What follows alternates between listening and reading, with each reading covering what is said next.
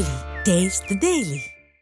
தமிழகம் வந்துள்ள மத்திய குழுவினர் திருவாரூர் மாவட்டம் பூவாநத்தம் கிராமத்தில் உள்ள அரசு நேரடி நெல் கொள்முதல் நிலையத்தில் நெல்லின் ஈரப்பதம் குறித்து ஆய்வு செய்து வருகிறார்கள். இதுகுறித்து விவரங்களோடு இணைகிறார் செய்தியாளர் மதிராஜ். கூடுதல் விவரம் என்ன? வணக்கம். அதாவது தஞ்சாவூர், திருவாரூர், நாகை உள்ளிட்ட டெல்டா மாவட்டங்கள்ல பருவம் தவறி பெய்த கனமழை மற்றும் அதீத பனிப்பொழிவு காரணமா சம்பா, காலடி நெற்பயிர் ரொம்ப கடுமையா பாதிக்கப்பட்டிருந்தது. இதனால நெல்லோட ஈரப்பதம் கடுமையாக அதிகரிச்சிருந்தது. இந்த நிலையில நேரடி நெல் கொள்முதல் நிலையத்துல 17% ஈரப்பதம் இருந்தா மட்டும் நெல் கொள்முதல் செய்யப்பட்டு வந்தது.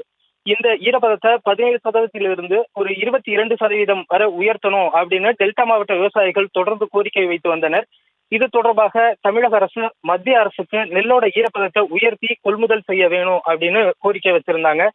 இதன் தொடர்ச்சியா நெல்லோட ஈரப்பத சதவீதம் உயர்த்துவது தொடர்பா மத்திய அரசின் சேமிப்பு மற்றும் ஆய்வு உதவி இயக்குனர் நவீன், பிரீத்தி மற்றும் தொழில்நுட்ப அதிகாரி அபிஷேக் பாண்டே, ராகுல் உள்ளிட்ட 4 பேர் கொண்ட மத்திய குழுவினர் தமிழ்நாடு நுகர்பொருள் வாணிப கழக இயக்குனர் அண்ணாதுரை, தமிழ்நாடு முதுநிலை மண்டல மேலாளர் தரக்கட்டுப்பாட்டு அதிகாரி அன்புராஜா, திருவாரூர் மாவட்ட ஆட்சியர் சாருஸ்ரீ உள்ளிட்ட அதிகாரிகள் இன்று நீடாமங்கலம் பக்கத்துல இருக்கிற பூவாநத்தம் கிராமத்துல ஆய்வு மேற்கொண்டனர். இதனைத் தொடர்ந்து சோனாப்பேட்டை, இடமேலையூர், திருமங்கலம், பைங்காநாடு உள்ளிட்ட பகுதிகளிலும் ஆய்வு செய்து வருகின்றனர். விவசாயிகளிடமும் நெல்லோட ஈரப்பதம் குறித்தும் கேட்டறிந்தனர். இது குறித்து நெல்லோட மாதிரிகள் சேகரிக்கப்பட்டிருக்குது.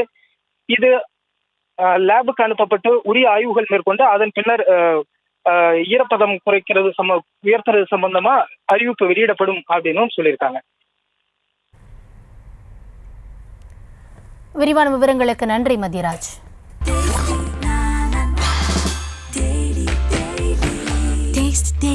Taste the Daily.